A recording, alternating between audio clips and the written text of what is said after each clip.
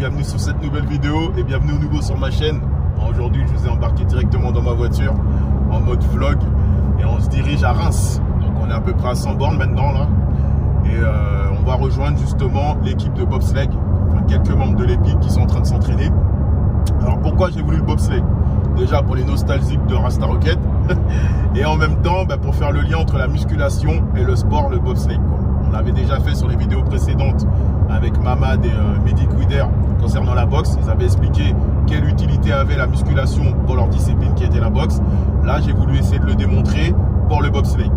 Il faut savoir que moi, quand j'ai commencé la musculation, ce que je recherchais, c'était de l'hypertrophie. Donc l'hypertrophie, la définition, c'est se développer musculairement. Je voulais juste être esthétiquement un peu plus costaud. Mais il y en a certains qui font de la musculation pour développer les qualités physiques de l'homme. Les 5 principales, ça va être la force, l'explosivité, la vitesse, la coordination et la résistance. En boxe, par exemple, il l'avait très bien démontré Mamad. Il disait que lui, ce qu'il recherchait, c'était la résistance et l'endurance. Un peu de force aussi, mais beaucoup résistance et endurance pour pouvoir tenir un combat. Là, on va poser la question directement à David Bachler, qui est le responsable de l'équipe, et qui va nous expliquer pourquoi ils font de la musculation pour leur discipline spécifique, qui est le bobsleigh. Voilà, ils en font, mais bon, s'ils ont un beau physique, tant mieux, mais ils en font concrètement pour pouvoir développer certaines qualités physiques qui leur serviront à être efficaces sur leur discipline spécifique du bobsleigh. C'est parti. On arrive à 15 h. Normalement, j'avais rendez-vous à 14 h 30. Qu'est-ce que j'ai foutu, bordel. Oh là là là là.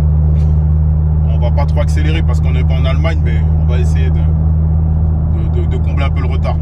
On va accélérer un petit peu, sans montrer le compteur, bien sûr.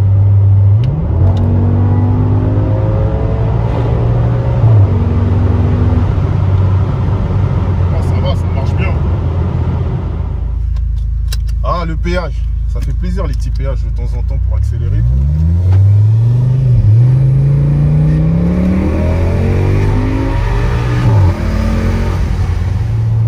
Bon, on va remercier quand même l'accélération de sortie de péage, ça nous a fait gagner un petit peu de temps.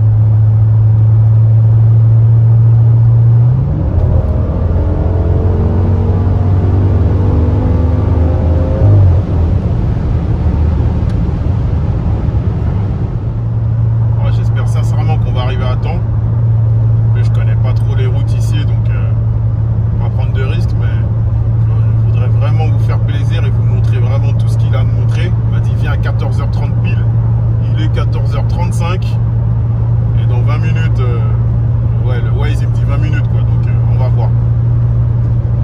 Au moins assister un peu à l'entraînement parce que l'entraînement commence à 14 h 30 et après il doit nous amener dans des lieux secrets, nous montrer quelques petites surprises. Regarde, elle met même pas son clignotant celle-là. Oh là là là là là. Bon, on est 10 minutes, dans 10 minutes on est arrivé. Je l'ai appelé, il a dit qu'il m'attend, donc c'est cool. Franchement, c'est cool de sa part.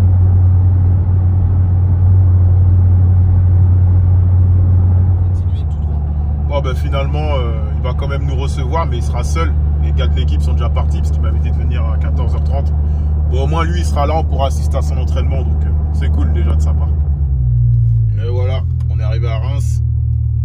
Il nous reste 5 minutes, on est à 2 km. Parfait. Ah, on est enfin arrivé.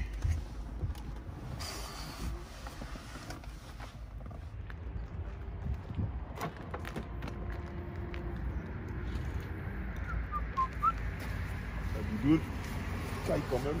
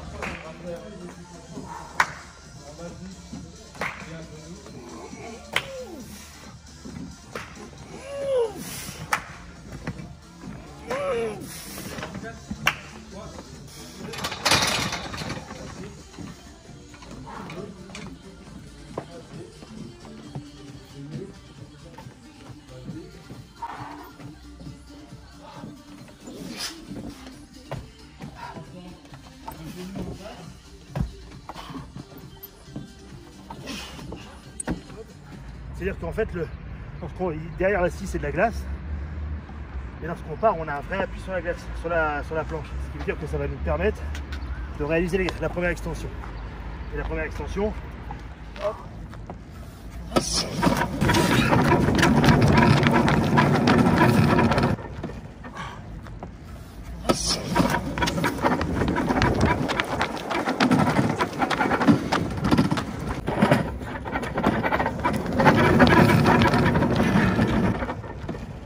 Salut David, Salut merci de nous recevoir. Donc on était un petit peu en retard, tu as quand même patienté pour qu'on puisse venir. Alors voilà, donc on est arrivé, David Bachler, qui est le capitaine de l'équipe bobsleigh de Reims, et qui va vous présenter déjà la discipline, savoir en quoi consiste le bobsleigh. Moi je regardais un petit peu à l'époque de Insta Rocket. Exactement. Et j'ai suivi un petit peu aussi sur Albertville, pendant les JO. Mais bon, après je ne me suis pas trop penché dessus. Et pendant justement mon cursus d'apprentissage au BPGEPS, donc j'ai découvert que la musculation, au-delà de l'hypertrophie, comme j'expliquais tout à l'heure dans mon véhicule, de gagner du muscle, on peut aussi faire une discipline spécifique vers la musculation. Exactement. Donc effectivement, nous, si tu veux, l'approche du bobsleigh, donc ici on a un bob à deux, hein, donc un bob à deux ça pèse 170 kg au minimum, encore une fois, et 390 kg, c'est-à-dire le bob plus l'équipage, ce qui veut dire qu'il faut 220 kg de bonhomme, mais à défaut d'avoir 220 kg de bonhomme, eh ben, on peut mettre du lest dedans. Et donc plus on va mettre du lest dedans, et plus on va pousser quelque chose de lourd. D'accord. Et donc du coup, la musculation, ça va nous servir, encore une fois, d'être très spécifique, et puis d'avoir une approche avec une charge additionnelle. Okay. Et donc du coup, lorsqu'on va faire par exemple de l'arraché ou de l'épaulé, on va être dans l'approche spécifique, c'est-à-dire qu'on va faire un mouvement de départ qui va se rapprocher le plus à l'arraché ou à l'épaulé. Okay. Et plus on va mettre lourd, et plus du coup on sera capable, encore une fois, de développer de l'énergie et de faire une transposition entre lever une barre et pousser un bobsleigh. Puisque c'est pas uniquement courir, c'est surtout pousser un bobsleigh. Okay. Et donc c'est là tout l'art de la difficulté, puisque encore une fois, ce qui est très spécifique dans cette discipline du bobsleigh, c'est qu'il y a un trio qui est vraiment prenant pour être performant, c'est-à-dire la poussée de départ, le matériel et le pilotage. Si on n'a pas l'un des trois, on ne peut pas faire de la performance. Donc du coup, plus on sera fort sur la position de départ, c'est-à-dire plus on sera explosif, plus on mettra de l'énergie à rompre cette charge inerte, et plus du coup on aura un temps qui sera suffisant, puisqu'on a un temps de poussée qui nous est communiqué.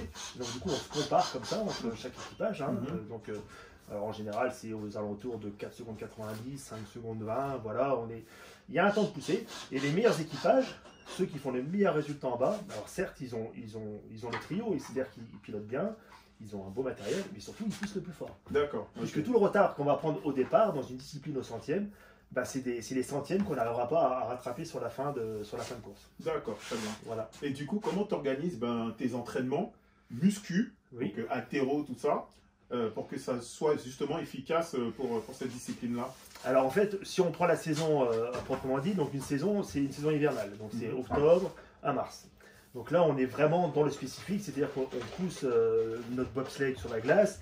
On essaie, à chaque fois qu'on fait une compétition, c'est minimum une semaine. Il y a la semaine de compétition plus la compétition qui arrive le week-end. Donc du coup, on est plus dans du rappel de force. C'est-à-dire que toute la partie, on va dire estivale, c'est-à-dire avril, mai, juin, juillet, août, septembre, puisque en septembre, il faut qu'on ait un pic de forme, puisqu'on a la Coupe de France de poussée de la FFSG. Il faut qu'on puisse préparer nos athlètes donc l'été, donc en dehors de la glace, en dehors des pistes givrées, à pousser des chariots.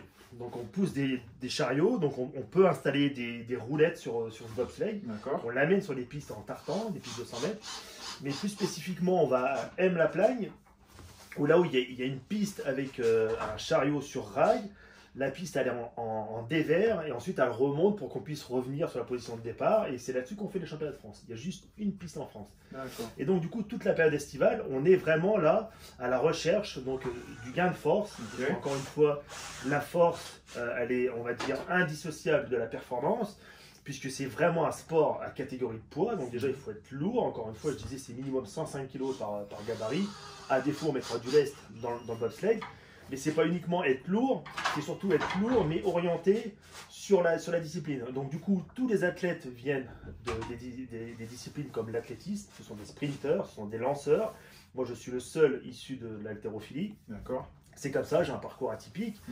Et donc du coup, comme ce sont des sprinteurs, ce ne sont pas forcément des gros gabarits, donc ce sont des sprinteurs qu'on oriente vers le bobsleigh. Donc du coup, ils découvrent eux aussi les squats, l'haltérophilie, le renforcement musculaire global et généralisé. Et ensuite, on va sur un renforcement spécifique.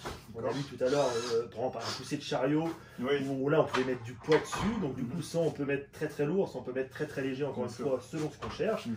Et puis du coup, ces athlètes-là, plus on va les orienter vers la discipline à catégorie de poids et la discipline avec charge additionnelle.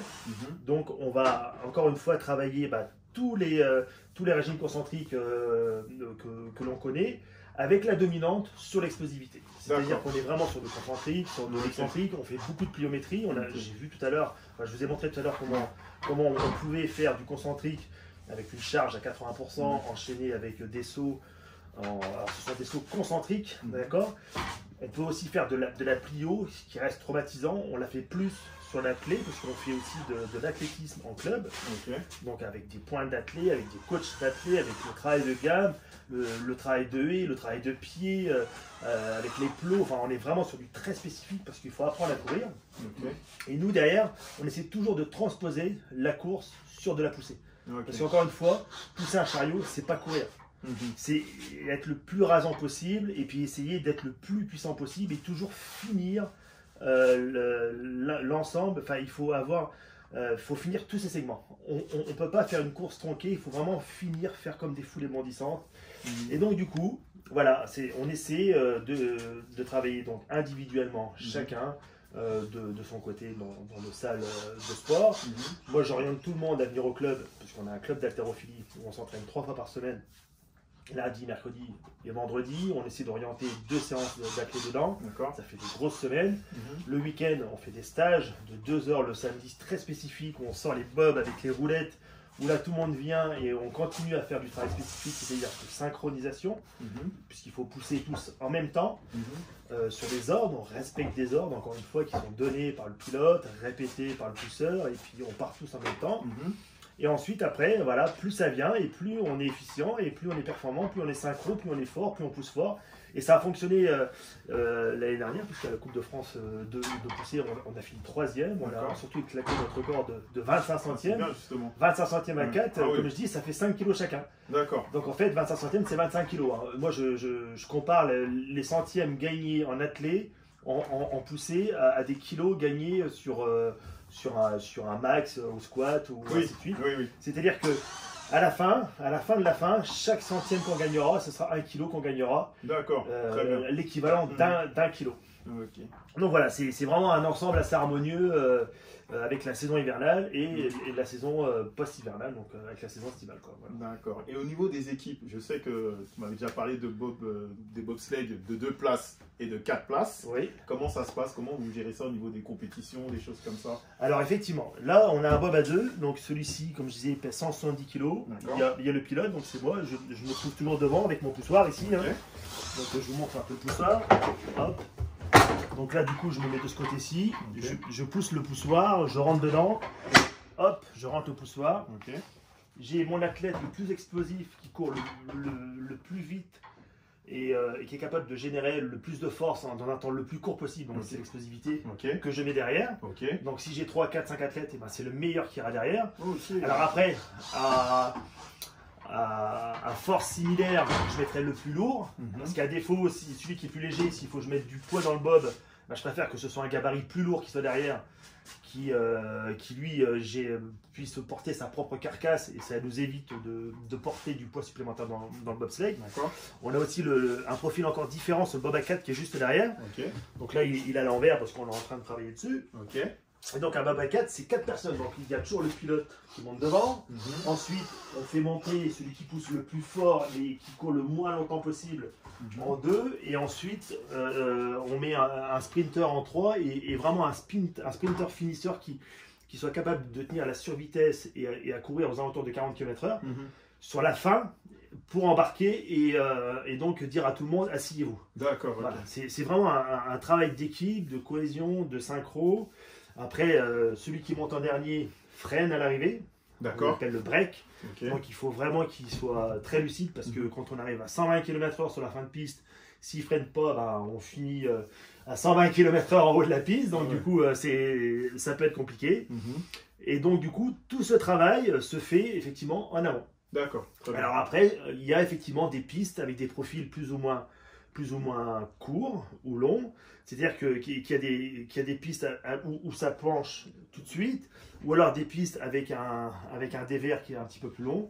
Et donc du coup, celui qui est sprinter pourrait peut-être s'exprimer plus facilement sur une piste avec un dévers plus long que celui qui est très fort, très explosif et qui devrait monter beaucoup plus tôt sur un profil beaucoup plus court. D'accord. Encore une fois, on essaie de s'adapter à chaque fois en fonction de la situation. D'accord. Donc admettons si quelqu'un qui n'a jamais fait de bobsleigh, Oui. qui a déjà été sportif, Oui. Quel est le profil qui t'intéresserait le plus? Un sprinter, un haltérophile? Un lanceur, un sprinter, un haltérophile, un rugbyman. Ouais. Voilà, donc des gabarits comme toi, c'est à 1m90, à partir de 90-95 kg, ça devient intéressant. Ouais. Et c'est vrai que je vois sur la scène internationale, certaines nations, vraiment, ils ont des gabarits à 1m95, 105 kg pour tout le monde. D'accord.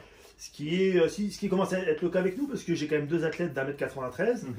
Un 110 kg, un 90 kg, j'ai un gabarit d'1m83, 105 kg, moi je fais 1m80, 105 kg, enfin voilà, on arrive tous au poids avec des tailles plus ou moins différentes, donc du coup on arrive, encore une fois, ce sont des gabarits orientés, lancés, c'est-à-dire que ce sont des sports où il faut générer le plus de force dans un temps le plus court possible. D'accord. Donc un lanceur, ça va s'apparenter à un haltérophile, un lanceur fait de l'haltérophile dans sa prépa physique, n'importe quel lanceur, que ce soit poids, disque ou autre. Un sprinter, si on l'oriente sur la musculation, bah, il va aussi, alors ils connaissent aussi l'arraché, ils connaissent aussi les squats, mais ce sont des mouvements plus courts, ce ne sont pas des mouvements de squat complets, ce ne sont pas des mouvements d'arraché complets, parce que, encore une fois, ils sont très orientés. Ils n'ont pas forcément le gabarit lourd, donc nous on essaie de les rendre lourds à travers la préparation, l'entraînement et ainsi de suite. Et donc du coup, voilà, ce sont vraiment ce genre de gabarit, quoi. D'accord. Alors ça n'empêche pas que si j'avais deux gros pousseurs de 125 kg, il me faudrait un tout petit sprinter derrière de 70 kg. Pour pouvoir équilibrer. Exactement. Autrement après je serais hors poids. D'accord. Encore une fois, en Bob 4, on est limité aussi sur le poids global entre l'engin plus l'équipage. Ok.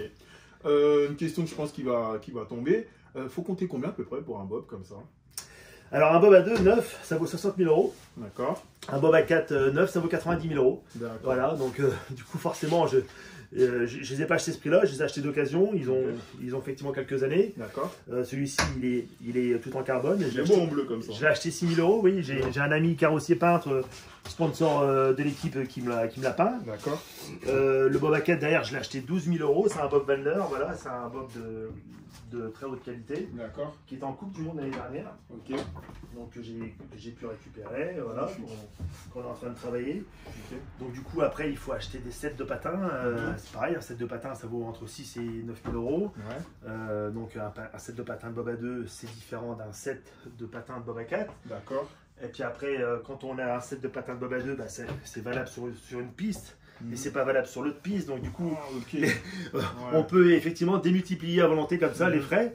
Donc on est constamment à la recherche de sponsors parce qu'on vit quasiment uniquement qu'avec des partenaires privés. D'accord. Ici la FGC, le PANS Academy, la ville de Reims, le Grand Est, la Marne, voilà, ce sont mes principaux partenaires. Sans eux je pourrais pas partir. D'accord. Parce qu'on part, on se loge, on part minimum une semaine ou 15 jours.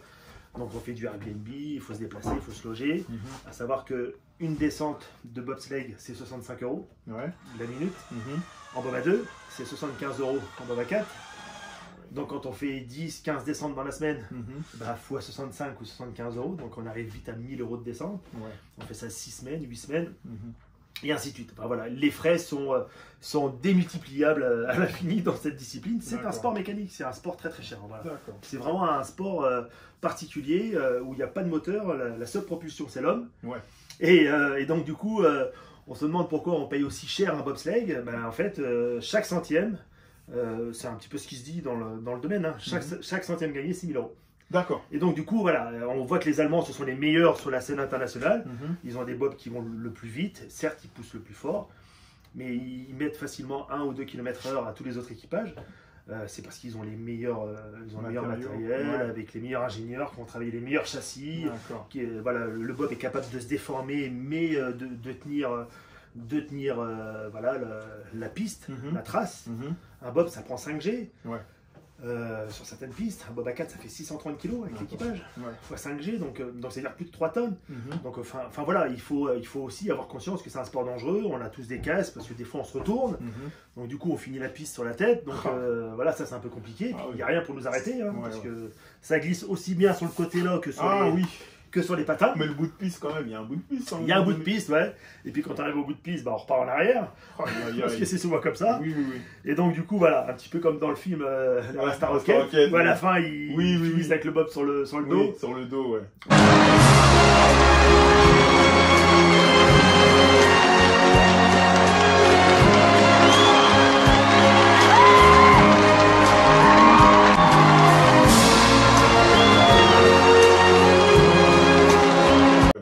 Pas là, mais c'est vrai que voilà, une chute ça fait jamais plaisir, mais bon, ça arrive, ça fait partie du jeu, quoi. Voilà. D'accord, voilà. Ok. Et là il y a des petites compétitions, préparation? Ouais, alors cette année on est engagé en Coupe d'Europe, on a déjà participé donc à 3 Coupes d'Europe en bob à 2, à 2 Coupes d'Europe en bob à 4, donc Winterberg, c'est en Allemagne à 500 km d'ici, de Reims, hein.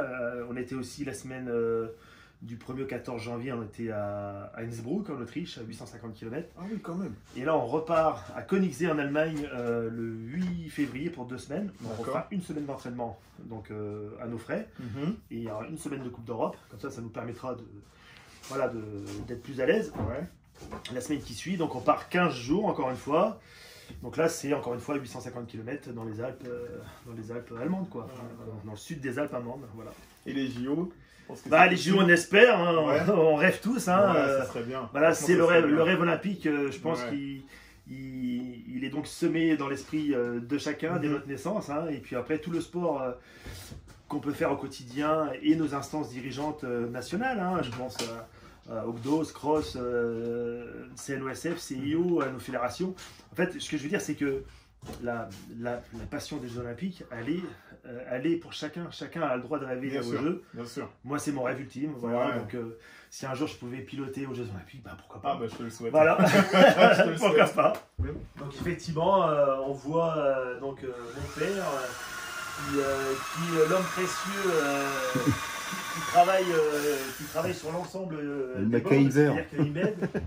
Il m'aide. Donc là, ce sont des boîtes de transport. C'est grâce à ces ensembles en bois qu'on peut soulever le bobsleigh en dehors de la glace. Voilà. Donc, on appelle ça des boîtes de transport. Donc là, du coup, il fallait les retaper, il fallait les repeindre, il fallait mettre une ferraille en dessous. Enfin voilà, tout ça, ça a été fait cette semaine. Et donc du coup, voilà, c'est du travail précieux, ça. Ça n'a pas de prix, ça. Donc, en fait, nous, ce qu'on a besoin, ce sont des partenaires privés. En fait, on a un ensemble de petits partenaires privés qui nous aident de façon importante quand même déjà. Le budget de l'équipe pour la saison est de 50 000 euros. À savoir que dans les 50 000 euros, on a acheté un bob à 4, là on va acheter un bob à 2, donc ça a déjà consommé, on va dire, les 2 tiers de notre budget. Ce ne sont pas pour autant du matériel hyper performant, parce qu'encore une fois, c'est du matériel qui a 10 ans. Mais on va essayer d'avoir un bob à 2 très performant prochainement. Donc du coup, voilà, c'est en négociation, mais bon, c'est aux alentours de 25 000 euros. Après, il faut savoir que tout cet argent, il sert uniquement à acheter du matériel, à se déplacer, à se restaurer. Encore une fois, on fait du Airbnb, on mange des pâtes le soir, on paye la piste, tout est à nos frais. La fédération ne nous aide pas, puisque du coup, elle estime que les équipages engagés en Coupe d'Europe le font à leurs frais. Ils le font à leurs frais, et en plus, on est conditionné à faire des résultats. C'est-à-dire qu'il faut faire en plus des top 15 pour pouvoir continuer à exister pour faire chaque compétition. Donc ce qui veut dire que si on a un budget et qu'on ne fait pas de compétition, on n'utilise pas ce budget. Et nous, en fait, ce qu'on veut, c'est avoir un budget, c'est avoir des athlètes performants, avoir du matériel performant, pouvoir faire des compétitions. Et puis forcément, démontrer qu'on est capable de... Parce que aussi, pour progresser en compétition, il faut aller en compétition.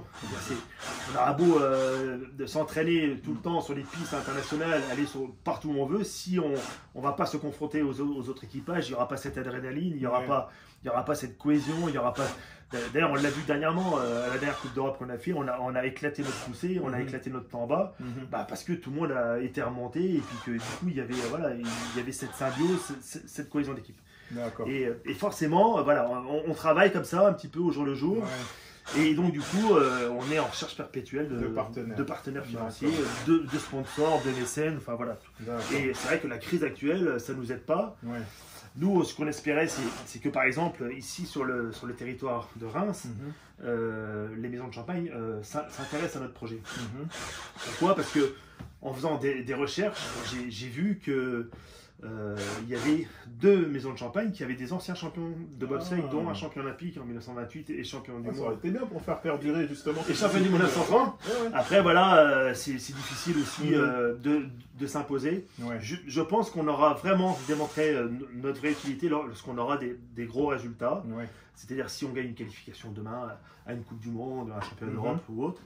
Donc en attendant, voilà, c'est vraiment le système D. D'accord, ok, très bien. Alors, voilà, un bon entendeur, salut.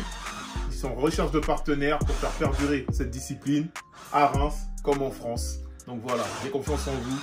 Je laisse le compte Insta et le compte Facebook juste en dessous. Et voilà, la force a été créée que pour être partagée.